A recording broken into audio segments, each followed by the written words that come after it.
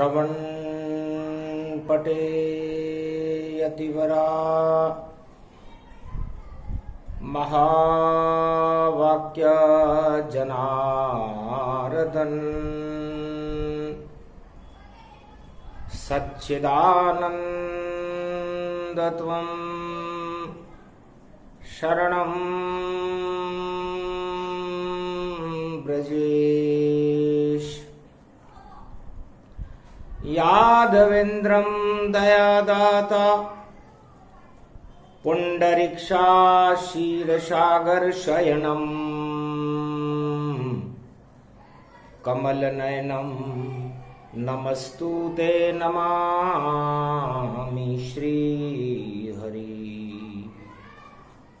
धैर्य से जिसको धारण किया जाता है, कर्णपटुओं से जिनका पान किया जाता है, ऐसे सच्चिदानंद भगवान श्री यादवेंद्र सरकार को मैं नित्य ही चिंतन करता हूँ, नमन करता हूँ। जिनको नमन करने से मंगल आदि मंगल तो हो ही जाते हैं, साथ ही में बहुत बड़ा बल मिलता है मनुष्य। परहित सरिस धर्म नहीं भाई, पर पीड़ा सम नहीं अधुमाई। शनिवार फागुन पड़े कलयुग काली माछाय। कुंभ राशि में शनि देव और जगत में गए प्रगटाय। वाणी ब्रह्माणी करो वाणी पर नितवास। राम कथा वर्णन करूं पूर्ण कर्मा आस। भगवान शंकर से उमा जी ने पूछा, महाराज ये शनि देव कौन है? और सारा त्रिलोक ब्रह्मा विष्णु महेश से उतना नहीं घबराता जितना नवग्रहों में शनि देव से घबराते हैं। तो ऐसी क्या शक्ति है शनि देव जो सारा जग घबराता है, और जिस पर आती है शनि की साढ़े साती तो दंड भोग कर जाता है। कर्मों का फल उसको मिलता और उथल पुथल हो जाता है। जो जितना अधर्म करे जग में और वह बाद में फिर पछताता है। अधर्म से धन होता है 2, 5 और 7। तुलसी 12 वर्ष में जड़ा मूल से जात। महाराज पूरे त्रिलोक में आपके नाम का डंका बजता है, आप भगवान शंकर हो, आद्य गुरु हो। सारे भक्त संकट में आपको याद करते हैं, तो शनि की साढ़े साती किसी पर लग जाए या शनि का प्रकोप किसी पर हो जाए तो उस प्रकोप से कैसे बचना चाहिए? राजा हो या प्रजा हो, या हो कोई धनवान, या कोई भी रक्षक हो, या होवे कोई किसान, सब पर शनि की दृष्टि और शुभ और अशुभ फल दे। जैसी जिसकी लेखनी वैसा कर्म फल ले। सारे संसार में ऐसा कोई नर नारी नहीं जिस पर शनि अपनी दृष्टि न डालता। शनि की 3 दृष्टियां होती हैं। तब उमा जी ने पूछा, महाराज कभी आपका भी पाला पड़ा? हंसने लगे शंकर त्रिपुरारी, डाले शनि छाया तो शकल हो जाए काली। जितने भी राजा चारों युग में जब शनि तांडव अपना दिखाता है तो राजपाट सब छूट जाए और सत्ता से हट जाता है। पर जिसके साथ सत्य रहे उसका उत्थान दिखाता है। शनिदेव तो सत्य का चाहे प्रकाश, बाकी में अंधकार फैलाता है। उमा जी, शनि मेरा शिष्य है और देवता, दानव और मानव सब मेरे शिष्य हैं। हां, एक बार पाला पड़ा शनि का और शनि को मैंने बुलवाया। कलयुग की कथा सुनाता हूं, विक्रमादित्य पर पड़ी छाया। जन्मेजय के बाद कलयुग का प्रथम राजा विक्रमादित्य था, न्यायाधीश था और शनि स्वयं भी न्यायाधीश है। लेकिन विक्रमादित्य को श्राप था, दुर्वासा मुनिताय। एक बार दुर्वासा मिलने विक्रमादित्य से आए। बैकुंठ को जा रहे थे, मंगल ग्रह से उड़ंत स्त्री में उड़ते हुए जब वह पृथ्वी की ओर आए और वहां से बैकुंठ की ओर जाने लगे तो राजा विक्रमादित्य को, घमंड को उन्होंने देखा। राजाओं को, न्यायाधीशों को, धनवानों को और बड़े बड़े अधिकारियों को घमंड होता है। किसी को बुद्धि का घमंड होता है, किसी को ज्ञान का घमंड होता है, किसी को सत्ता का घमंड होता है और किसी को धन का घमंड होता है। तब राजा विक्रमादित्य जो न्यायाधीश थे, राजा तो थे पर न्याय बड़ा करते थे, अच्छा करते थे। तो करा परीक्षण दुर्वासा ने, आए शनि के पास। दुर्वासा मिलना चाहे राजा और पहुंचो ऋषि के पास। जब ये संदेश पत्रवाहक ने राजा विक्रमादित्य के पास पहुंचाया तब उसने कहा, मैं न्याय कर रहा हूं, ऋषि को सम्मान करता हूं, प्रणाम करता हूं, उनको आश्रम में ठहराओ, उनकी साज संवार करो, सेवा करो। पर दुर्वासा के पास नहीं और इतना समय वहां होता है। अरे न्याय बाद में कर लेना, जब ऋषि खड़ा यहां होता है। संतों का अपमान किया, जा अब उसका फल पाए। नारायण से करूं शिकायत, दंड मिलेगा भाई। ऋषि मुनियों से मिलने के लिए तेरे पास राजा समय नहीं है, तू भारत का कैसा राजा है? जा जंगल जंगल रोते फिरना, 2 कौड़ी में तेरा कोई भाव नहीं पूछेगा। और आखिर दुर्वासा ऋषि गए बैकुंठ के धाम। नारायण से कहने लगे, भारत में ये कौन राजा बदनाम, ये कौन सा राजा भेजा आपने? तब नारायण ने कहा, धर्मात्मा राजा है, कलयुग का पहला राजा है और कभी कोई गलत काम नहीं करता, न्याय भी सत्य की तरह करता है। महाराज, इसे मैं श्राप देकर और इस कलयुग में आया हूं, अब कैसे दंड ये भोगेगा? और आप मुझे बतलाओ, अब इसको दूंगा कड़ा दंड और भूल राज सब जाए, न्याय वाय सब भूल जाएगा और ऐसा प्रकोप प्रगटाए। तब नारायण ने कहा, आपका श्राप सत्य साबित नहीं होगा। दुर्वासा को और क्रोध आ गया कि अगर सत्य श्राप नहीं हो मेरा तो उलट पलट कर दें। तब कहा, महाराज शांति रखो, ये तो बैकुंठ है, शीर्षा घर है, आप इतना क्रोध क्यों कर रहे?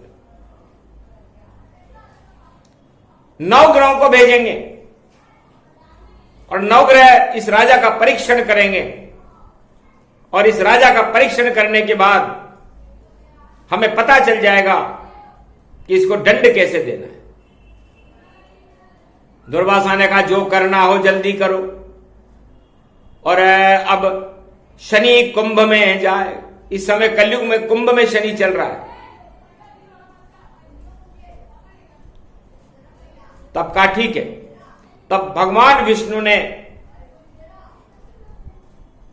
दुर्वासा के श्राप के बारे में सोचा ही था कि बैकुंठ में युद्ध शुरू हो गया देवताओं का।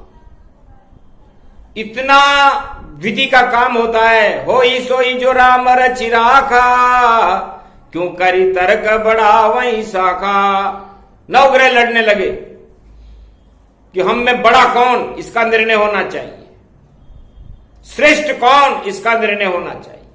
बृहस्पति कहे मैं श्रेष्ठ, शनि कहे मैं श्रेष्ठ, चंद्रमा कहे मैं श्रेष्ठ, बृहस्पति बुद्ध कहे मैं श्रेष्ठ, मंगल कहे मैं श्रेष्ठ, शुक्र कहे मैं श्रेष्ठ। तब कहा ये तो बैकुंठ है, यहां श्रेष्ठ नारायण होय, बाकी तुम हो देवता और देव रूप ही होय। ये फैसला कलयुग में विक्रमादित्य करेगा। तो सारे 9 के 9 ग्रह राहु केतु सहित विक्रमादित्य का परीक्षण करने आज से 2500 वर्ष पहले भारत में आए थे। और जाओ, वो जो निर्णय कर देगा उसको ही हम सत्य मान लेंगे। और दुर्वासा जी से कहा हमने आपका काम कर दिया। न्याय जिसके पक्ष में नहीं होगा वही उत्पात मचावेगा, और जो सबसे बड़ा ग्रह घोषित होगा वह बैकुंठन में आवेगा। आखिर ऐसा ही हुआ और निर्णय किया विक्रमादित्य। अरे क्या मेरे से पूछते हो, जिसके पास जो शक्ति बड़ी विचित्र। अपने अपने सिंहासन को देख लो। जो हीरे के सिंहासन पर बैठते हैं शुक्राचार्य वो बड़े, बुद्ध पन्ने के सिंहासन पर बैठते हैं वो बड़े, चंद्रमा दिव्य सिंहासन पर बैठते हैं वो बड़े, अमृत के सिंहासन पर बैठते हैं। इसे सारे देवताओं को उन्होंने बड़ा बता दिया। 8 देवता तो बड़े खुश हो गए। और शनि से कहा कि जो सबसे छोटी कुर्सी लोहे पर बैठता हो वह सबसे छोटा देवता है। तो 8 ग्रह तो न्याय सुन और चले बैकुंठ की ओर। और शनि देव का प्रकोप हो गया और मचा न्यायालय शोर। न्यायालय में शनि देव ने कहा, राजा तेरी क्या औकात है जो मुझे छोटा बताया। तूने मुझे छोटा बतलाया, आज से तेरे 7.5 में आया। तेरे 7.5 लग गई। 6 महीने में तेरा न्याय बदल देना, अन्यथा रोता फिरेगा जंगल में। तब न्यायाधीश विक्रमादित्य ने कहा, मर जाऊं मांगू नहीं अपने तन के काज, पर हित कारण शनि देव मुझे कभी ना आए लाज। मैं राजा हूं, मैंने न्याय कर दिया। अब जो कुछ तुम्हें कहना हो बैकुंठाधिपति से कहो, मेरा निर्णय मैंने कर दिया। आखिरकार 6 महीने बाद शनि वापस आया और जो प्रकोप किया विक्रमादित्य पर, तो घाणी तक उससे चलवा दी और हाथ पांव सब कटवा दिए और जेल में उसको डलवा दी।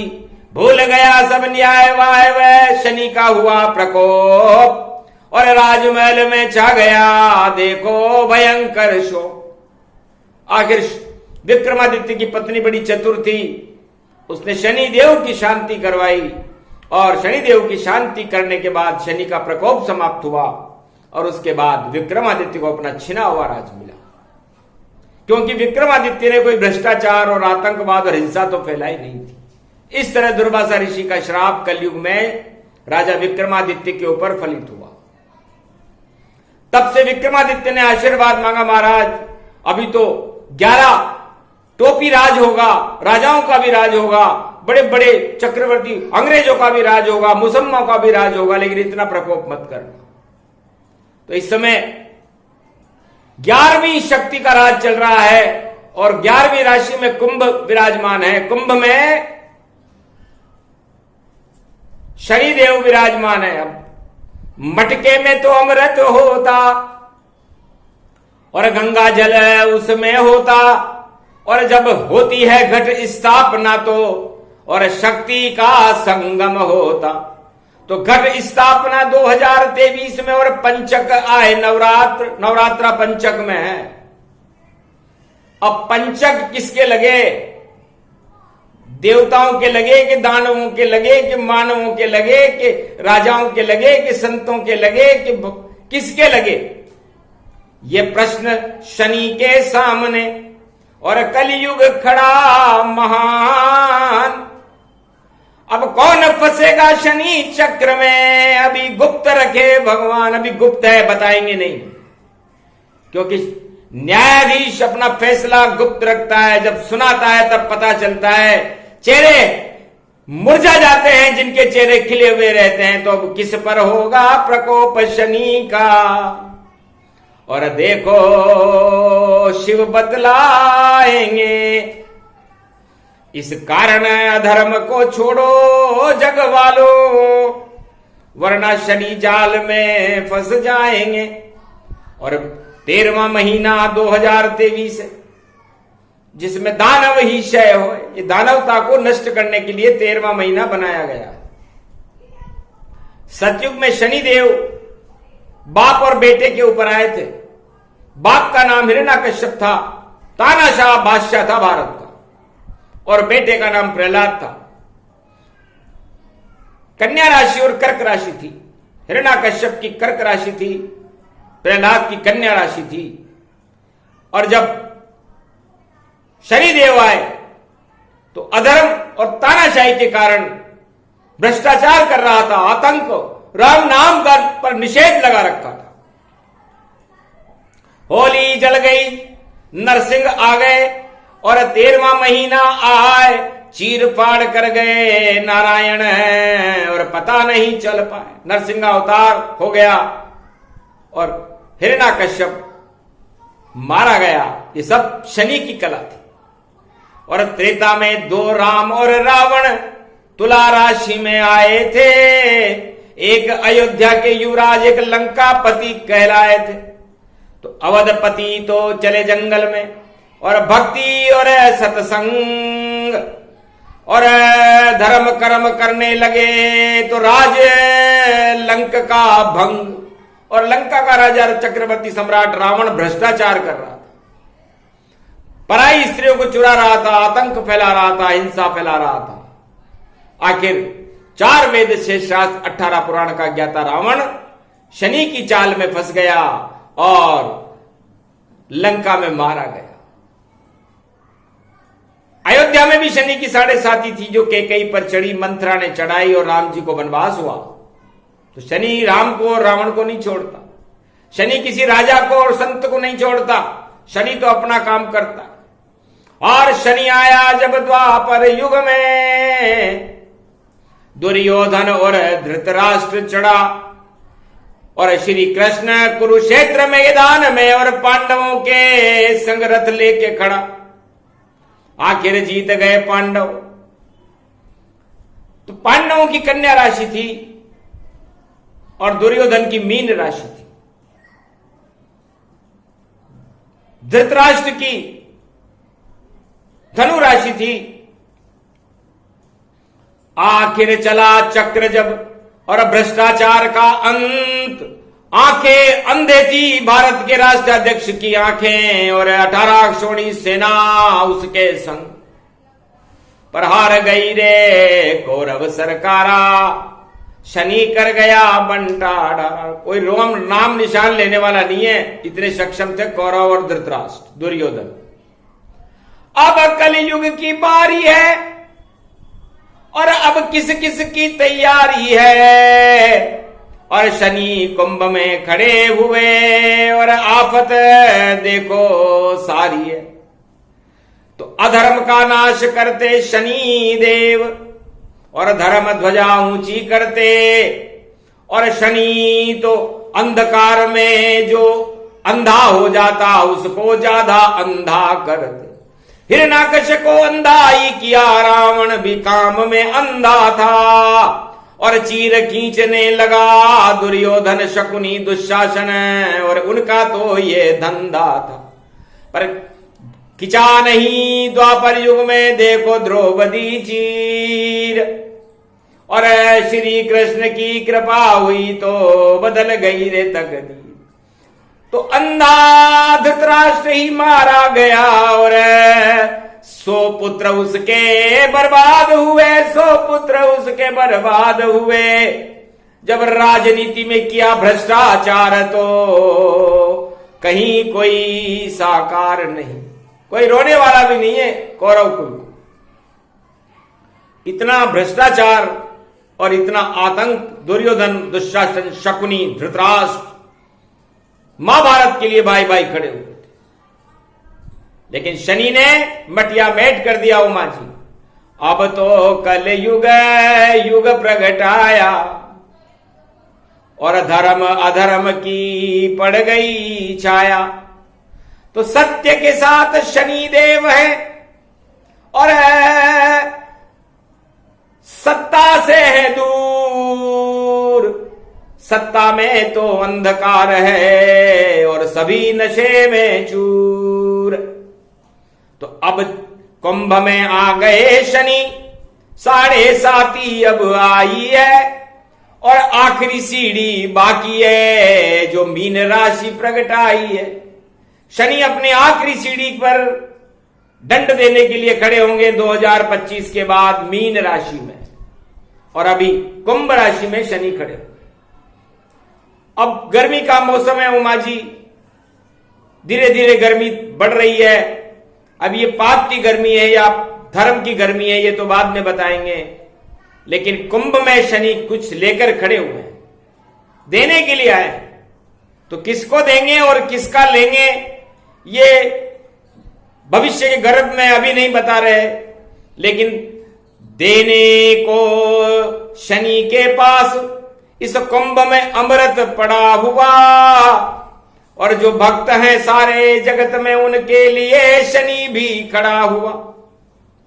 जो भी सत्य के साथ जगत में उसे करे रे धनवान, ऐसे शनि महाराज हैं और कलयुग में भगवान। शनि अंधेरा ग्रह है, इसलिए अंधा अंधे को ढूंढ लेता है, अंधकार अंधकार को ढूंढ लेता है। इसलिए शनि सबसे पहले चोट अंधकार पर करता है। लंका में शनि को उल्टा लटका दिया था रावण ने, लेकिन उसने पूरे लंका की एक एक खोज कर ली और सारे अंधकार को जान करके उसने पूरी लंका को ही अंधकार में कर दिया। हनुमान जी की कृपा हो गई, आग लग गई उस लंका में जिसे शिव जी ने रावण को दान दिया, और नष्ट हो गया लंका में रावण। और देखो सब उसका ज्ञान गया, भगवान से भी वह मिल न सका, उसका अज्ञान भी साथ गया। बर्बाद कर दिया शनि ने रावण को, जो सबसे बड़ी सरकार वहां त्रेता युग की सबसे बड़ी सरकार रावण सरकार थी। सोने की लंका अयोध्या वालों के पास थी, कनक भवन था, लेकिन वहां तो पूरी नगर के सारे नगरवासी लंका में, सोने की लंका में रहते थे। लेकिन लंका अधर्म की थी, इसलिए लंकापति रावण का पतन। और सत्य का साथ देते हैं शनिदेव, सत्य का उत्थान करते, सत्ता का पर के पतन। और जितनी भी सत्ता है जग में करते रहना तुम जतन, भ्रष्टाचार से दूर रहना और प्रजा का कल्याण हो। जो सत्ता ऐसी हो जगत में उस पे शनि मेहरबान हो। अगर उल्टा इसका हो गया तो सत्ता बंटाढार है। कुंभ में लेकर खड़े शनि, इसमें तो अमृत की बौछार है। तो सत्य और भक्तों को तो शनिदेव अमृत पान कराएंगे। नवरात्रा से शुरू करेंगे, पंचक में नवरात्रा है तो 2 दिन तक तो दानव पिएंगे और फिर उसके बाद मानव पिएंगे गणगौर से। और जो दानव नीति अपना रहा है संसार में उसके लिए विष होगा, विष का घड़ा जागत में खड़ा, शनिदेव का दरबार बड़ा। अब कौन करे इस विष का पान, सबसे बड़ा सवाल बड़ा कलयुग में हमारे सामने खड़ा।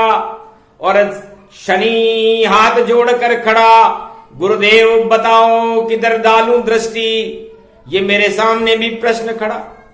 तो मां जी आप कह रहे हो कि शनि का पाला पड़ा कि नहीं पड़ा? ये शनि पाला हमसे पढ़ रहा है और हमसे पूछ रहा है कि गुरुदेव मैं करूं क्या, किस पे चढ़ूं, किस पे उतरूं, और क्या क्या गुल में खिलाऊंगा। आखिरी सीढ़ी है मीन राशि और फिर तो मैं मेष में जाऊंगा। तो 360 साल का चक्र मेरा 2027 में पूरा हो जाएगा। उसके बाद मैं पतन की ओर में खुद जाऊंगा, क्योंकि मेष राशि में जाऊंगा, नीच का हो जाता है शनि। तो सारे नीच के कर्म करने वालों को पूरा दंड 2027 के पहले देकर जाऊंगा। मजा चखाऊंगा ऐसा कि भूल भोग सब जावेगा। पूछो हिरणाकश रावण दुर्योधन से और विक्रमादित्य से, ऐसा ही हाल हो जावेगा। जो भोग रहे हैं सारे सुख, सुख उनको नजर न आवेगा।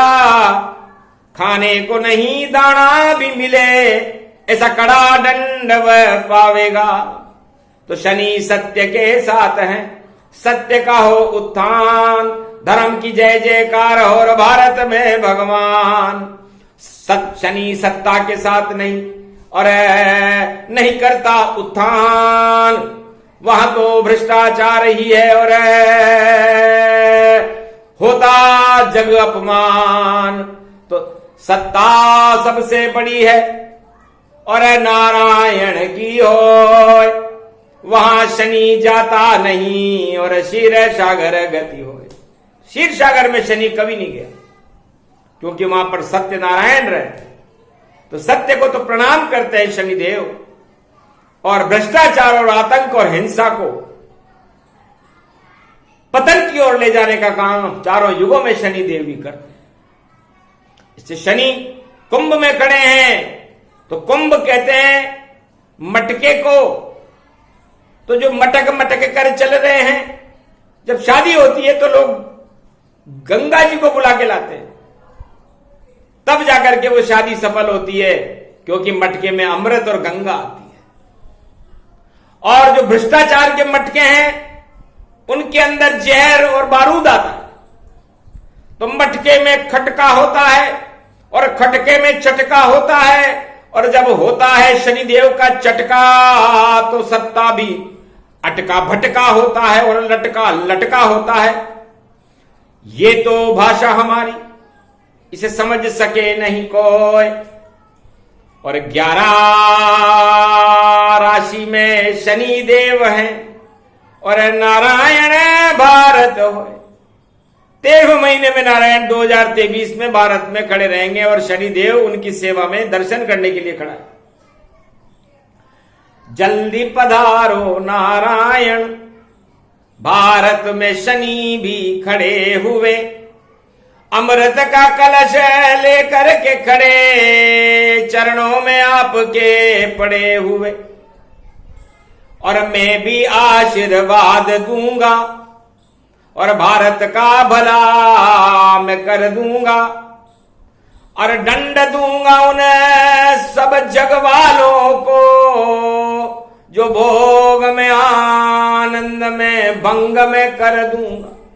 रंग में भंग होए उनके, होली पर मेरा चंग बजे, और फाल्गुन मास की छठी तिथि और भोले पे तो रंग प्रेम चढ़े।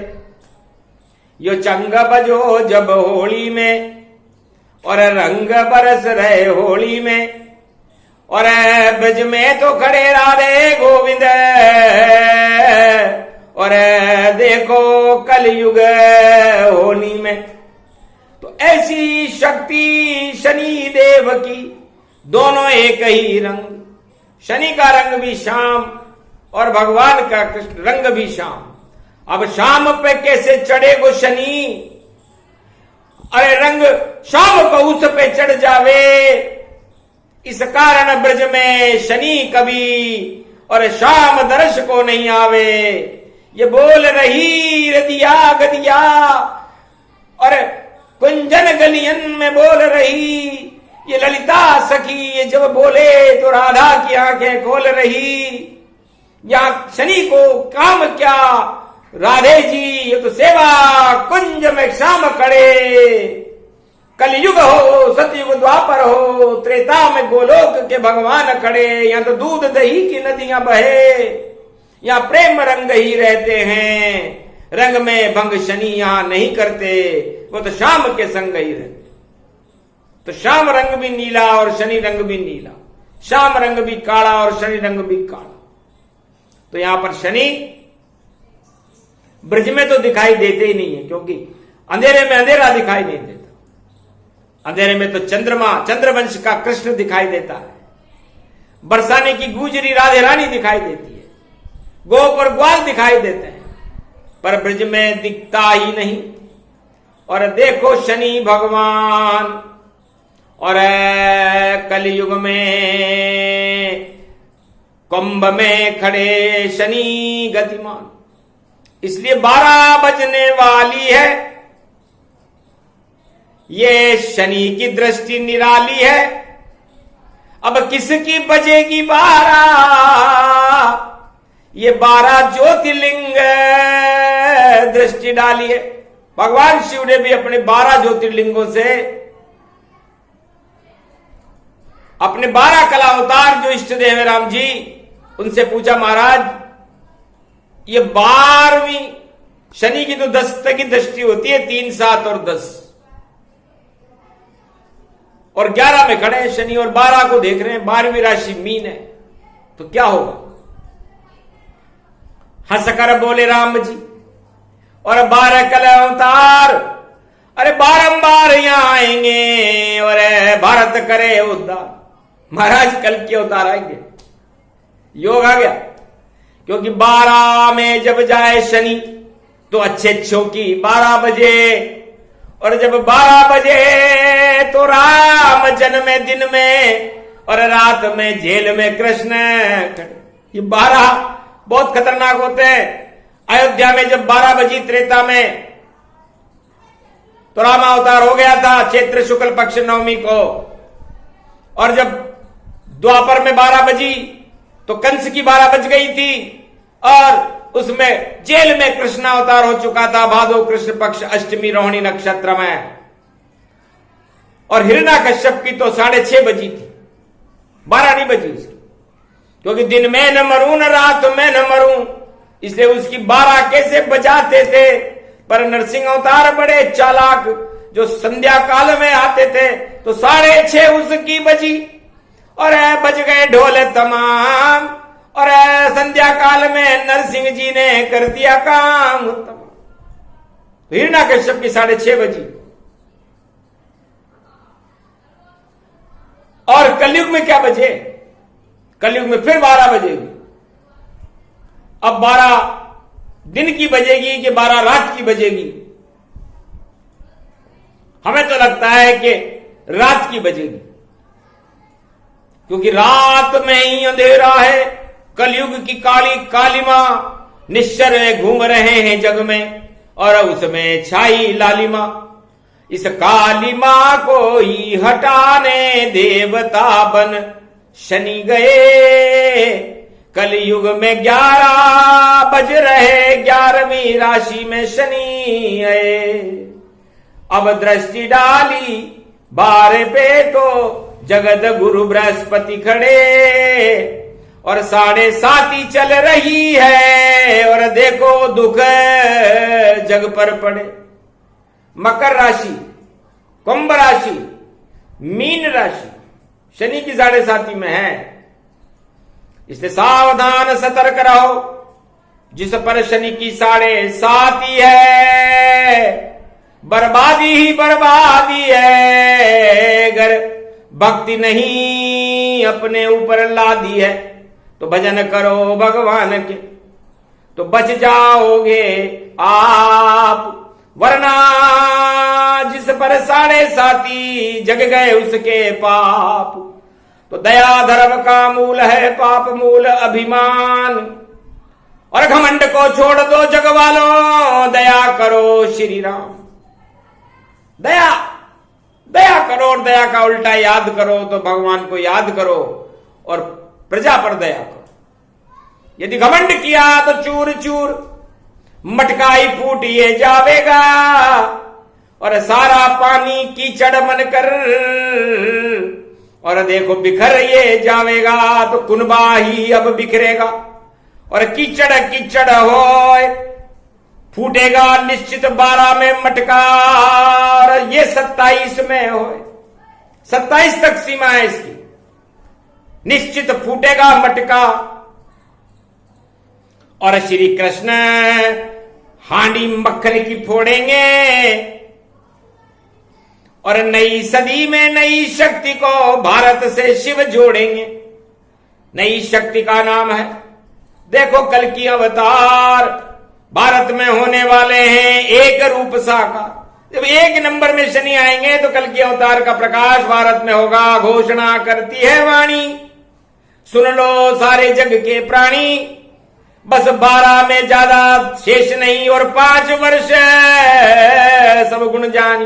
ये 5 वर्ष का खेल है, 23 से 27, बस 18 जनवरी को शनि कुंभ राशि में आए हैं। 2.5 वर्ष कुंभ में रहेंगे और 2.5 वर्ष मीन में रहेंगे, और उसके बाद ईश्वर एक है, भारत एक है, सारा संसार एक है, पूरा त्रिलोक एक है। एकता सूत्र को प्रगटा देंगे नारायण भगवान। जो करना है अधर्म या धर्म सब करो, 5 साल गति जा, 5 साल आपके पास है, चाहे धर्म करो या अधर्म करो।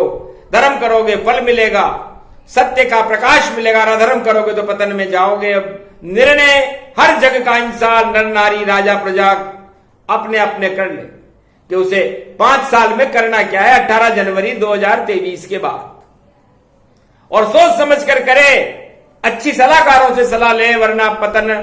रावण ने सलाह नहीं ली, हिरणाकश नहीं ले पाए, और दुर्योधन धृतराष्ट्र भी और मारे गए सब भाई, सलाह नहीं ली उन्होंने। सलाहकार अच्छे रखो भैया, वरना सलाहकार ही डुबाता है। जब कोई राजा डूबता है तो राजा नहीं डूबता, उसके सलाहकार उसे डुबा देते हैं। तो सलाहकार चाटुकारों को मत रखना। ये वाणी का मार्गदर्शन है। शनिदेव खड़े हैं मटका लेकर के, अरे मटके से मारी पिचकारी और राधा के सर रंग गई सारी, और श्री कृष्ण के ऊपर देखो प्रेम रंग की पिचकारी। भाई कलयुग ब्रज में श्याम खड़े और राधा रूप शक्ति धाम खड़े, गोप ग्वाल सब खेल रहे हैं, श्याम रंग भगवान खड़े। ब्रज में तो चढ़ गयो श्याम रंग और शनि रंग सब भंग भंग, और चढ़ गई जमुना में तरंग, और देखो खड़े कृष्ण उमंग। बांके बिहारी की बांसुरी बाजे और यो ब्रज धाम अनोखो है, और सेवा कुंज में खड़े राधा श्याम रंग यो चोको है। जा पे चढ़ जाए श्याम रंग यो कभी उतर नहीं पायो है, वाके शनि नहीं लगता जो गोवर्धन परिक्रमा आयो है। बांके बिहारी के दर्शन कर ले, शनि प्रकोप से छूटेगा। शनि प्रकोप ब्रज में नहीं करता, शंकर प्रेम को लूटेगा। गोपी बन कर शंकर भी दर्शन करने ब्रज में आए, चढ़ गए रंग श्याम के उन पर वृंदावन में बस जाए। भगवान शंकर ने कहा मैं भी गोपी बन करके श्याम रंग चढ़ा करके ब्रज में बैठा हुआ हूं, गोपेश्वर है मेरा। तो भैया ये 2023 है और आगे 5 साल हैं। सत्य का प्रकाश करो, सत्य के साथ रहो, धर्म की जय जयकार करो, अधर्म से दूर रहो, भ्रष्टाचार और आतंक और हिंसा से दूर रहो, और प्रजा का कल्याण करो, जीवों पर दया करो, और परहित सरिस धर्म नहीं भाई, सारे संसार की भलाई करें हम, शांति की स्थापना करो। ये संदेश शनिदेव चाहते हैं कि सारे संसार में फैल जाए। ये महादेव के सामने शनिदेव खड़े हुए। महादेव ने कहा तथास्तु शनिदेव, जो ऐसा करे उसको शुभ फल दो और जो उल्टा करे उसे तुम कुचल दो और तेरी दृष्टि कर दो उस पर और पूरा दंड उसको दे दो। तो दंड प्रक्रिया शुरू है।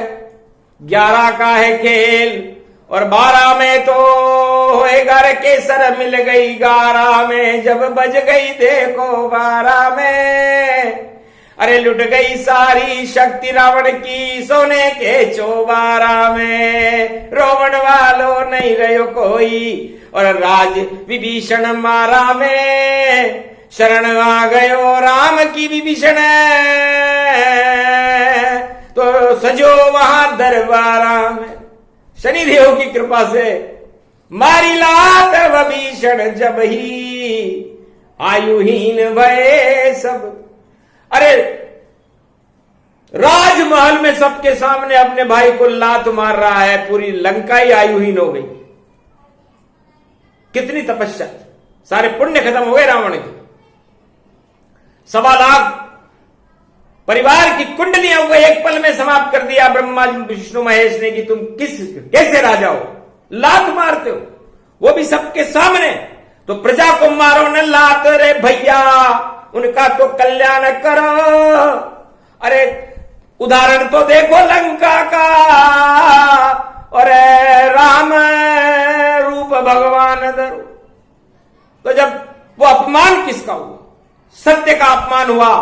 जब शनिदेव ने देखा कि सत्य का ही अपमान कर रहा है, विभीषण जो ईमानदार मंत्री था वहां का, सत्य बोल रहा था, लेकिन उसको लात मारी गई। तो जो राजा सत्य बोलने वाले के लात मारेगा उसकी हालत लंका जैसी होकर रहेगी, यही कहना था, कह दिया। और अब भोले शंकर भगवान शनिदेव की कथा से भारत का कल्याण। शनिदेव की कथा इसलिए भारत में पढ़नी पड़ी क्योंकि भारत में कहीं दरिद्र ना आ जाए, शनि की छाया न पड़ जाए, शनि का प्रकोप न हो जाए।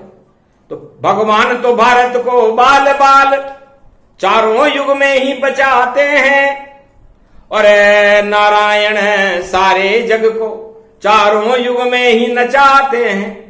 कभी नरसिंह बन के नचाते, कभी राम बन के नचाते, कभी कृष्ण बन के नचाते हैं, कभी कल्कि भगवान बन के नचाते। तो नचत नचैया नाव है और अद्भुत है भारत देश। यहां शनि प्रकोप नहीं होता, बोले कैलाश महेश। ये भारत है शनिदेव भारत की तरफ मत देखना। भारत भक्तों का देश है, भारत भगवान का देश है, और भारत पर जो प्रकोप करे उनको जरूर देखना, क्योंकि भारत में तो सत्य रहता है और सत्य पर शनि लगता नहीं है और असत्य को शनि नष्ट कर देता है। तो जहां असत्य वहां करो प्रवेशा, और दंड देव शनि देव नरेशा। आप भी देवताओं के राजा हैं शनिदेव, जाओ सूर्य के पुत्र हो, दंड दे के रहो। तो ये दंड प्रक्रिया शुरू है। भारत का कल्याण है, भारत में भगवान है, भारत में राम है, कृष्ण है, गोविंद है, कल्कि भगवान है, नारायण है। हम तो इनके गुणगान करें और प्रेम के रंग बरसाएं होली पर। यह महादेव का संदेश, शनिदेव की लीला की चरित्रांकन कलयुग में किया जा रहा है।